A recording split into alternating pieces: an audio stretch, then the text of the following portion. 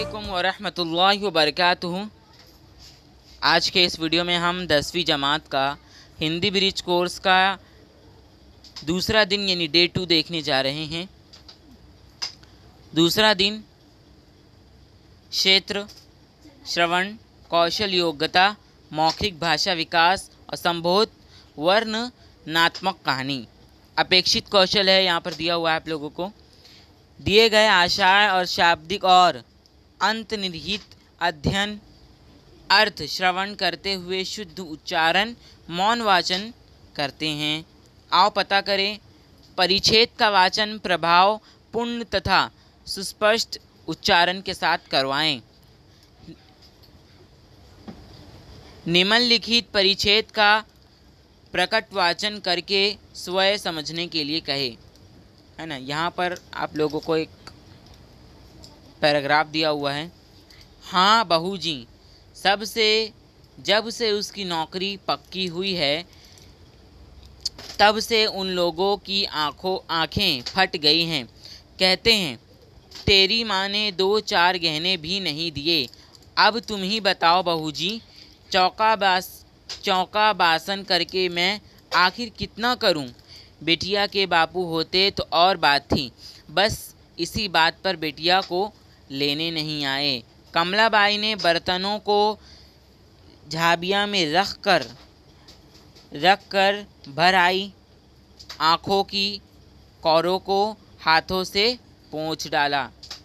सहानुभूति के 2-4 शब्द कह कर और अपनी इस महीने की पगार लेती जाना कहकर कांति ऊपर छत से सूखे हुए कपड़े उठाने चले गई।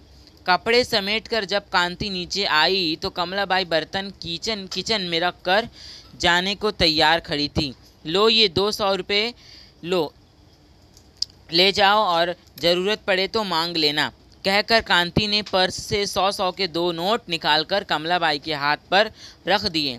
नोट अपने पल्लू में बांधकर कमलाबाई दरवाजे तक पहुंची ही थी कि न जाने क्या सोचती हुई वो फिर वापस लौट आई। क्या बात है कमलाबाई? उसे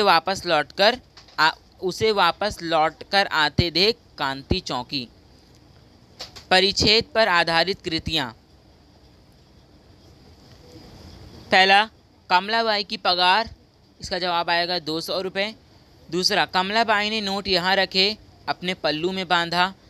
तीसरा, 100 शब्द का प्रयोग करके कोई 2 कहावतें लिखिए। 100 शब्द का उत्तर पहला, 100 चूहे खाकर बिल्ली चली हज को। दूसरा, 100 सुनार की 1 लोहार की। अब आगे है आओ सक्षम बने। अध्यापक छात्रों को प्रकट वाचन के बारे में मार्गदर्शन करे। वाचन में शुद्ध उच्चारण, उचित उतार चढ़ाव, हाव भाव, आरोह अवरोह, विराम चिन्हों पर ध्यान दे। आगे आप लोगों को यहाँ पर देखेंगे तीसरी सरगर्मी दी हुई है। तीसरी कृति, अपने घरों में काम करने वाले नौकरों के साथ सौहार्दपूर्ण व्यवहार करना चाहिए। अपने विचार लिखिए। तो इसको अपने विचार आप लोगों को लिखने इस तरीके से। आज दिनों दिन महंगाई बढ़ती जा रही है। ऐसे समय में पति पत्नी दोनों कामकाजी हो तो बहुत से घरों में नौकरों के बिना काम नहीं चलता, परंतु अनेक घरों में उनके साथ बहुत बुरा व्यवहार किया जाता है। हम स्वयं को इनका स्वामी मान लेते हैं। यदि नौकर अपनी सेवाएं हमें देते हैं, सर्दी गर्मी के विकट मौसम की परवाह किए बिना हमारे दैनिक कार्यों में हमारी मदद करते हैं, उनके साथ सौहार्दपूर्ण मानवीय व्यवहार करना हमारा कर्तव्य हो जाता है। हमें प्रयास करना चाहिए कि नौकरों के साथ घर के सदस्य के समान व्यवहार करें।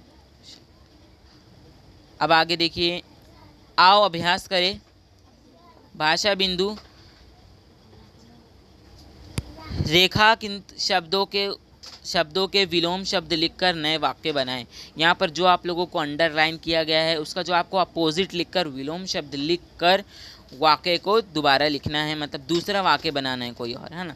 तो देखिए यहाँ पर हमने किया है। विश्वास का अविश्वास, सच्चे मित्र पर अविश्वास नहीं करना चाहिए। मुश्किल का आएगा आसान, सलील को हर काम बहुत आसान लगता है। परिचित का आएगा अपरिचित, अपरिचित का दिया हुआ कोई भी खाद्य पदार्थ नहीं खाना चाहिए। व्यय आय, व्यय का आय आएगा। आय से अधिक व्यय करना मूर्खता है। अब है कृतज्ञ, इसका विलोम आएगा कृतघ्न। कृतघ्न मित्र की मित्रता से शत्रु की शत्रुता अच्छी है। अब है सूर्योदय, सूर्यास्त, पश्चिम दिशा में सूर्यास्त होता है। अब आगे दिया हुआ है अवसृजन करें। आभूषणों की सूची तैयार कीजिए और शरीर के किन अंगों पर पहने जाते हैं बताइए। यहाँ पर हमने आभूषण और एक दूसरे कॉलम में शरीर के अंग लिखे हैं। पहला है शीश फूल, ये सिर पर पहने जाते हैं। झूमर, ये माथा पर पहना जाता है। तीसरा कुंडल, ये कान पर। नथ नाक में। चंद्रहार कंठ, करधनी कमर, कंगन हाथ, अंगूठी हाथ की उंगली, पायल पाँव, बिछुआ पाँव की उंगली।